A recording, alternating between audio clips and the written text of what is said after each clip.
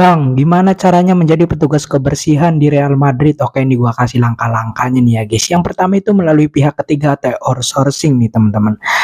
Nih, untuk menjadi petugas kebersihan resmi di Real Madrid, kalian bisa menggunakan web info job nih ya guys ya. Terus kedua, persyaratan izin kerja nih. Kalau kalian berasal dari luar Eropa, kalian wajib memiliki visa kerja Spanyol ya, yang sah, dan izin tinggal agar dapat dikerjakan secara legal coy.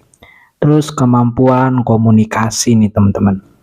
Tuh ada poinnya ya. Ketiga, walau merupakan pekerjaan fisik, kemampuan dasar berbahasa Spanyol sangat diutamakan untuk mengikuti arahan operasional dari manajemen lapangan atau supervisor tuh cuy. Tuh kalau kalian berminat buat menjadi petugas kebersihan di Real Madrid, bisa mengikuti langkah-langkah itu tuh cuy.